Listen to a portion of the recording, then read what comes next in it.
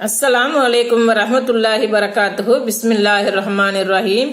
அன்பான சகோதர சகோதரிகளே, எல்லாம் வல்ல அல்லாஹ்வின் நல்லடியார்களே, இன்று நாம் காண இருக்கும் தலைப்பு தவிர்த்து கொள்ள வேண்டிய தீய பண்புகள்.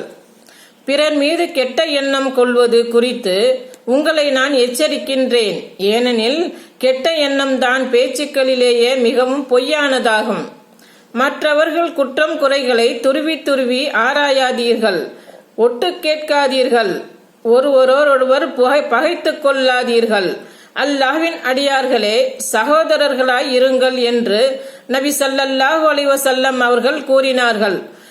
நூல் புகாரி 5143. எந்த அடிப்படையும் இல்லாமல் தவறான எண்ணம் கொள்வது மிக பெரிய பொய் சொல்வதை போன்றதாகும் என்று நபிகளார் எச்சரித்துள்ளதை கவனத்தில் கொள்க.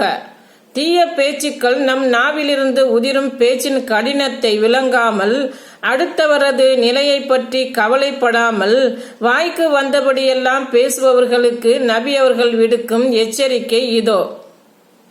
ஓர் அடியார் பின் விளைவை பற்றி யோசிக்காமல் ஒன்றை பேசிவிடுகிறார். அதன் காரணமாக அவர் இரு கிழக்கு திசைகளுக்கிடையே உள்ள தொலைவை விட அதிகமான தூரத்தில் நரகத்தில் விழுகிறார் என்று நபி ஸல்லல்லாஹு அலைஹி வஸல்லம் அவர்கள் கூறினார்கள்.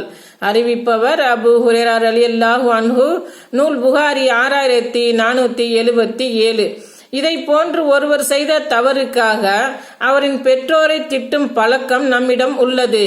இவைகள் அறியாமை கால பழக்கங்கள் என்ற நபி ஸல்லல்லாஹு அலைஹி வஸல்லம் அவர்கள் கூறியுள்ளார்கள். நான் அபூதர் ரலியல்லாஹு அன்ஹு அவர்களை மதீனாவிற்கு 3 மைல் தொலைவில் உள்ள ரபதா எனும் இடத்தில் சந்தித்தேன். அப்போது அவர் மீது பழையதும் புதியதுமாக ஒரு ஜோடி ஆடையும், அதே போன்று அவருடைய அடிமை மீது ஒரு ஜோடி ஆடையும் கிடப்பதை கண்டேன்.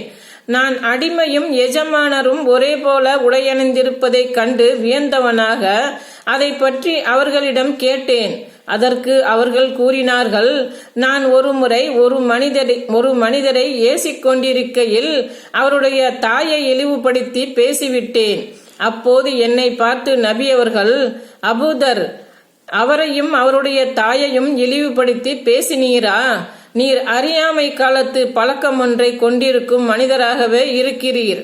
அடிமைகள் உங்களின் சகோதரர்கள் ஆவார்கள், ஊழியர்களும் ஆவார்கள். அல்லாஹ்தான் அவர்களை உங்கள் அதிகாரத்தின் கீழ் கொண்டு வந்தான்.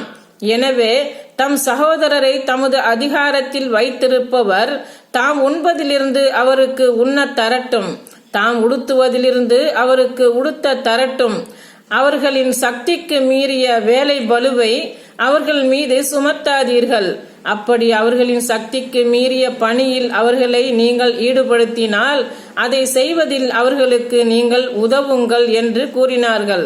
இதை அறிவிப்பவர் மக்ரூர் புகாரி 30. அஸ்ஸலாமு அலைக்கும் வரஹ்மத்துல்லாஹி வரகாத்துஹு.